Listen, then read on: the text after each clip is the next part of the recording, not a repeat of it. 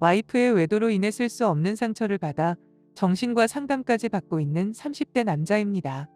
지금의 와이프와 결혼한 지 3년이 다 되어 가고 있어요.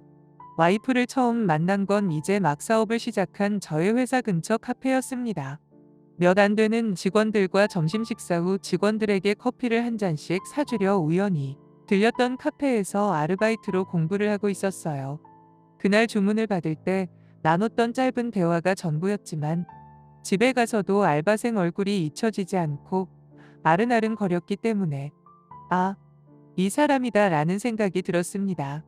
바쁘게 일하는 중간중간 알바생 얼굴이 떠오르고 맛있는 걸 먹을 때, 또 여자 액세서리 같은 걸 우연히 볼 때면 매번 그 알바생 얼굴이 생각이 났습니다. 꽤 친하게 지내는 여직원에게 이런 이야기를 꺼내며 고민이 많다고 하니 그 직원이 그러더군요. "대표님, 원래 결혼할 사람은 첫눈에 알아본다잖아요. 혹시 그거 아니에요?" 제3자 입장에서 그 친구와 결혼 이야기까지 나오니 순간적으로 '그런가? 내가 지금 나랑 결혼할 상대를 알아본 건가?' 하는 생각이 계속 들었고, 그 생각은 저에게 용기를 심어주었어요. 저는 그 알바생에게 제 마음을 고백하기 위해 작전을 짰습니다. 회사 출근 전, 출근 후에 카페에 가고, 점심 식사 후엔 직원들 커피 사준다는 핑계로 한 번 더 카페에 갔죠. 일단 눈도장을 찍어야겠다 생각했거든요. 커피를 별로 좋아하지 않는 저인데 알바생을 보기 위해 못 먹던 커피를 하루에 3잔은 기본으로 마시게 되었어요. 이런 제 노력이 통했던 걸까요? 하루에 3번은 꼭 카페에 들리는 제가 눈에 익었는지 어느 순간부터 그 친구가 말을 걸어더군요. "어머, 또 오셨네요. 늘 드시던 아메리카노 연하게 맞죠?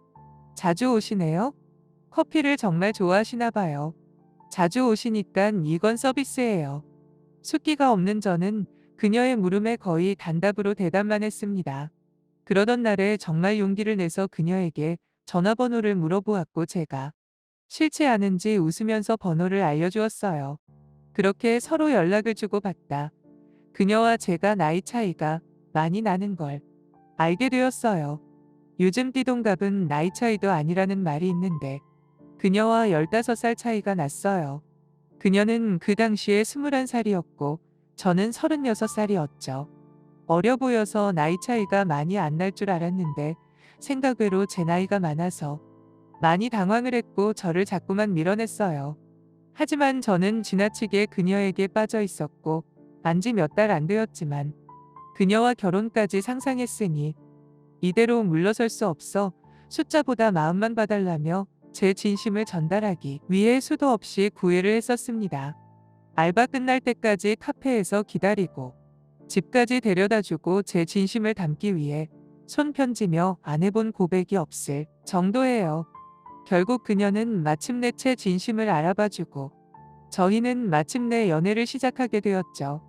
꿈에 그리던 그녀와의 연애라니 한동안 제 기분이 구름 위를 날아갈 듯 기뻤어요. 주중에 여자친구를 불편 카페에 가서 몇십 분씩 대화하고 얼굴 보고, 알바가 끝나면 매일 같이 집에 데려다 주는 것도 모자라 주말 내내 여자친구한테 붙어 있었습니다. 그렇게 연애를 하는 중간중간 여느 커플처럼 사소하게 싸우고 다투는 일도 있었지만 제가 다 이해하고 많이 맞춰주었어요. 그렇지 않으면 저와 많은 나이 차이가 나서 세대 차이로 제가 이해 못한다며 저를 차버릴까 너무 두려웠거든요. 저희들이 안 맞는 것도 있었지만 서로 배려하며 예쁘게 만남을 가지고 있었습니다. 저는 제 종교에 신앙심이 깊어 술, 담배를 하지 않는데 여자친구는 아직 어리고 젊기 때문에 저보다는 친구들과 술 먹고 노는 걸 좋아했던지라 일주일에 한 번 정도는 터치 안 하고 놀게 놔두었습니다. 제가 같이 술도 마셔주고 같이 재밌게 놀면 좋을 텐데 그럴 수 없으니 미안해 했었는데 그렇게라도 기분을 풀어주고 싶었습니다. 저희는 그렇게 서로를 배려하며 연애를 했고 저는 여자친구에게 확신이 있어 연애 후 몇 달 만에 프러포즈를 했고 여자친구도 제 프로포즈를 받아 주었어요. 당시 여자친구는 고등학교만 졸업하고 카페에서 풀타임으로 근무를 하며 아르바이트만 하고 있었는데 꿈이 자신의 카페를 운영하는 거였습니다. 이미 결혼하기로 서로 맘먹었겠다. 사실상 결혼식장만 정하면 되는 거였기에 나이 많은 오빠에게 시집와 준 걸 미리 감사하는 마음으로 카페까지 차려줬습니다. 그리고 저희는 무사히 결혼하고 알콩달콩 신혼을 즐기며 살아갔어요. 결혼 후에도 와이프는 제가 선물로 준 카페를 운영하고 있었는데 장사가 잘 되지 않아 매번 적자였습니다. 저 혼자 버는 돈으로 둘이 살기에 충분하다 못해 부유히 살 수 있었는데에도 매번 카페 매출 문제로 와이프가 스트레스를 받았어요. 오빠 내가 만든 커피가 맛이 없어요? 오늘도 10잔도 못 팔았어요. 매번 이러니 건물 월세에 재료비에 전기세에 매번 마이너스여서 속상해요. 스트레스 너무 받지 마. 이미 너는 꿈을 이룬 거잖아. 그것만으로 성공한 거지 적자는 내가 항상 책임질게. 너무 걱정하지 말고. 저는 항상 와이프한테 스트레스를 받지 말고 그냥 취미 겸 하고 싶은 일 하라 하며 응원해 주는데 와이프는 걱정이 심해지고 그렇게 스트레스를 받을 때면 아직 나이가 어리니 주말에 친구들을 만나 술로 스트레스를 풀곤 했었죠. 밤새워 친구들과 노는 게 너무 걱정이 되었지만 와이프를 믿기 때문에 맘 놓고 보내주었어요. 항상 어디 있는지 보고도 자주 하고 통화도 했기에 심한 일도 없었죠. 시간이 흘러 결혼을 1년이 지난 제 생일이 되는 날, 저희는 아이를 갖게 되었습니다. 늦은 나이에 가진 아이여서 기쁘고 임신 소식을 듣게 되었을 때 제 생일에 받은 최고의 선물인 것만 같았어요. 그날 왠지 울컥하고 너무 기뻐서 와이프를 끌어안고 고맙다고 엉엉 울었습니다. 아들, 딸 상관없이 물론 다 좋겠지만 내신 딸이기를 간절히 원하고 썼어요. 은연중에도 제 속마음을 와이프에게 말하곤 했어요. 아들, 딸 상관없지만 그래도 자기 닮은 딸이었으면 좋겠다. 딸이면 이름은 어떻게 짓고 크면 뭘 시킬까? 여보 닮으면 미스 코리아 시켜야 되겠는데. 아마 우리 아이가 세상 제일 예쁠 거야. 아기용품을 볼 때에도 남자아이 물건보다는 딸아이의 물건이 너무 예쁘고 눈에 더 들어왔고 태몽도 복숭아가 나오는 태몽을 꿔서 초반에는 저희 부부 둘 다 딸일 거라고 거의 확신에 차서 여자아이용 베네 쪼고리를 미리 질렀어요. 그런데 임신 몇 개월이 지나서 아이 성별을 알려주셨는데 저희 기대와 다르게 남자아이였습니다. 성별을 듣기 전까지 미리 기대했으면 안 되는 거였는데 와이프 쏙 빼닮은 딸아이였으면 좋겠었는데 아쉬움이 많이 남았지만 그래도 제 아이니까 잘 키우겠다 다짐했습니다. 딸 가질 기회는 앞으로도 있으니까요. 그렇게 몇 달이 더 지나고 와이프가 출산을 하고 저희의 첫 아이를 품에 안았는데 이상하게 정이 가지 않더라고요. 그 갓난아이가 울고 웃고 하는데 도통 예뻐 보이지도 않고 눈길조차 잘 안 갔습니다. 딸이 아니라서 내가 실망을 해서 그런 건가? 왜 내 아들인데 이리도 못나 보이고 정이 안 갈까? 정말 나란 놈은 아빠 될 자격도 없어. 속으로 저의 못난 행동들을 자책했습니다. 아이에게 정도 주고 사랑도 주려고 노력도 많이 했지만 이상하리만큼 잘 되지 않았어요. 와이프는 저의 모습을 보고 실망했다며 우리 자식인데 속상하다며 부부싸움도 잦아졌어요. 그렇게 시간이 흘러 1년이 지나 아이가 돌이 되었을 때에도 저는 나아지지 않았어요. 시간이 지나고 1년이 지날 동안 아들에게 대면대면한 저에게 와이프가 울면서 왜 자기 아들을 사랑해주지 않느냐며 남의 애도 아닌데 말 한마디 했는데 아 혹시 이 문제였나 싶었어요. 그동안 제 자신 이상하다며 내 아들인데 왜 정이 안 가지? 하며 저 자신을 탓했었는데 와이프 한 말을 듣고 혹시 내 아이가 아니라서 그런가 싶었죠. 그도 그럴 것이 제 혈액형은 B형, 와이프 혈액형은 AB형인데 제 아들은 A형이었습니다. 출산 후 몸조리하는 와이프에게 말하기가 좀 그래서 말도 못했고 그동안 제가 아이를 계속 피해왔어서 와이프 혼자 독박 육아를 하다시피 해 제가 아들을 방치해놔서 미안한 마음에 말도 못했었죠. 혈액형이 다른 걸 오래 알고 있었지만 1년 만에 와이프에게 조심스럽게 이야기했어요. 아들 혈액형이 사실 그런 혈액형이 나올 수 없는 거 아니야? 혹시? 하며 말을 끝내지 못하고 얼버무렸는데 와이프가 소리를 질렀습니다. 뭐 그럼 이 애가 내 애가 아니라는 거야? 말이 심한 거 아니야? 딸이 아니라서 품에 제대로 안겨 보지 못한 우리 아들이야. 이젠 하다못해 나랑 우리 아들까지 의심해? 지금 그게 내 입에서 나올 말이야? 아들에 대해 사랑도 없고 애정도 없으면 우리 의심하지 말고 정신병원부터 가봐. 엄한 사람 의심하지 말고.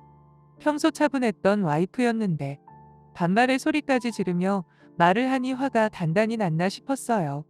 와이프를 일단 진정시키자 먼저 사과를 하더라고요. 아까 화내서 미안해요. 근데 사실 오빠는 여자의 몸에 대해서 많이 모르지만 임신하는 과정 중 여자 호르몬 문제로 혈액형이 바뀔 수 있어요. 저도 아는 언니가 아이 낳고 혈액형이 바뀌었고요. 흔히 있는 일이에요. 출산 후 말을 못했었는데 제가 혈액형이 바뀌었어요. 미리 말 못해서 미안해요. 흔히 있는 일이니 더 이상 저랑 우리 지호 의심하지 말아요. 와이프에게 그동안 미안했다고 사과를 하고 병원도 알아보고 내 행동을 고치도록 노력한다는 약속을 했죠. 여자의 몸은 참 신기하다 생각을 했는데 점점 혈액형이 바뀌는 것 자체가 신기했었죠. 저는 정신과를 찾아가 심리 상담을 받았습니다. 그러면서 의사 선생님에게 있었던 일을 이야기하며 왜 아들에게 정이 안 가는지 아빠로서 이런 행동들이 부끄럽다 있었죠. 출산 후 혈액형이 바뀌는 줄도 모르고 내심 제가 의심했었는데 이제라도 제 행동을 바꿔보려고 한다니 가만히 듣고만 있던 의사 선생님께서 저에게 차근차근 설명해 주셨습니다. 환자분 침착하고 들으세요. 여자는 아니 인간 모두는 병원의 실수로 혈액형이 잘못 조사되는 경우가 아니면 혈액형이 바뀌지 않습니다. 아시겠어요? 단호하게 말씀하셨어요. 순간 뒤통수를 크게 때려 맞은 듯 멍했습니다. 온몸에 힘이 풀리고 아무 생각이 되지 않았고 호흡도 잘하지 못했었죠. 의사 선생님은 그런 저를 겨우겨우 진정시키고 병원 실수일 수도 있으니 혈액형 검사나 친자 검사를 해보는 게 좋을 것 같다 하셨어요. 제가 등신 같았습니다. 인터넷에 조금이라도 찾아보면 알 수 있었던 상식 중 하나였는데 와이프를 너무 사랑하고 너무 믿었던 탓인지 말도 안 되는 말을 믿어버리고 의심조차 하지 않았어요. 인터넷에 검색하니 의사 선생님 말이 맞았어요. 저는 병원을 나와 바로 집으로 갔고 일찍 온 저에게 정말 가증스럽게 웃으며 그러더군요. 지호야, 아빠 왔네. 오빠 상담 잘 받고 왔어요? 아빠? 걔 진짜 내 애 맞아? 무슨 소리 하는 거예요? 상담 안 받고 온 거예요? 약속했잖아요. 너 지금 사람 한 명 병신 만들어? 다 알고 왔어. 혈액형 바뀌는 것도 거짓이라고 내일 당장 친자 검사할 테니 그렇게 하라. 아니야, 나 진짜 혈액형 바뀌었어. 지금 누구 의심하는 거야?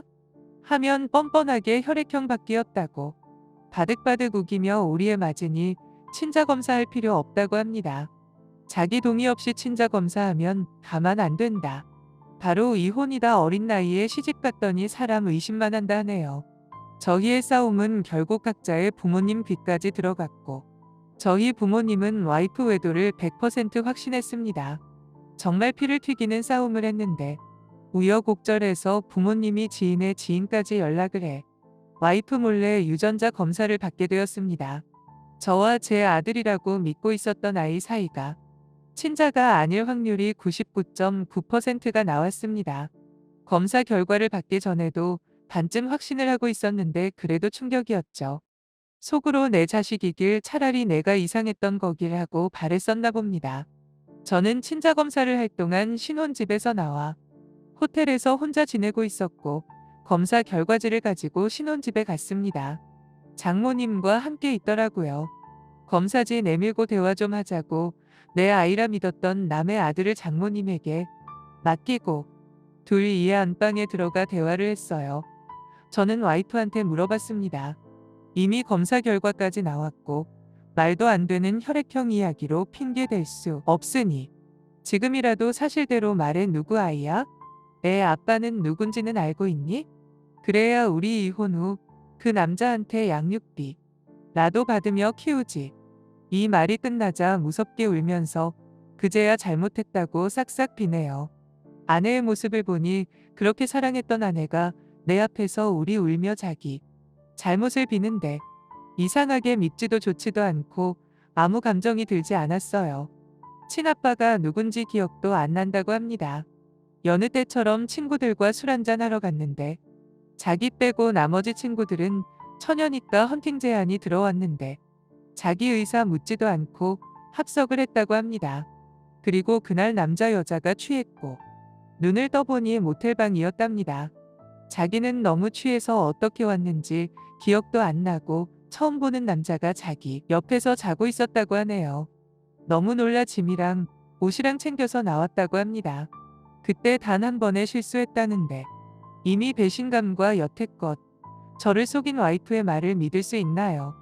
장모님이 저희 대화하는데 들어와서 자기 딸이 어려서 실수했다며 그동안 자기가 잘 타일렀다며 아직 화나고 억울하겠지만 한 번만 이해해줘라. 애 키우라는 말은 염치 없어서 못하니 너희 둘이 살라며 아이는 장모님이 데려가 키우겠다고 하네요. 두 모녀가 서로 한 번만 용서해달라. 제 앞에서 비는데 처음에 무조건 이혼을 생각했지만 많이 사랑했던 제 와이프였기 때문에 쉽게 이혼 이야기가 나오지 않았습니다. 잠시 시간을 갖자고 하고 저는 짐을 챙겨 다시 호텔에 머물고 있어요.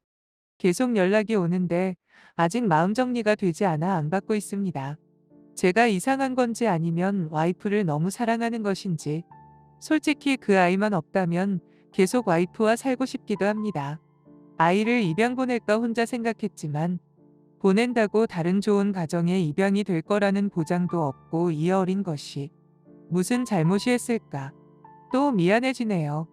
장모님이 키우신다고 하셨는데 이미 호적은 저희 부부 밑으로 되어 있는데 어찌하면 좋을지 요새 고민이 많아 잠을 잘 수도 없고 살아도 사는 것 같지가 않네요. 믿었던 아내한테 배신을 당하고 정신과 상담에 우울증 약까지 먹고 있는데 앞으로 어떻게 살아가야 할지 막막합니다.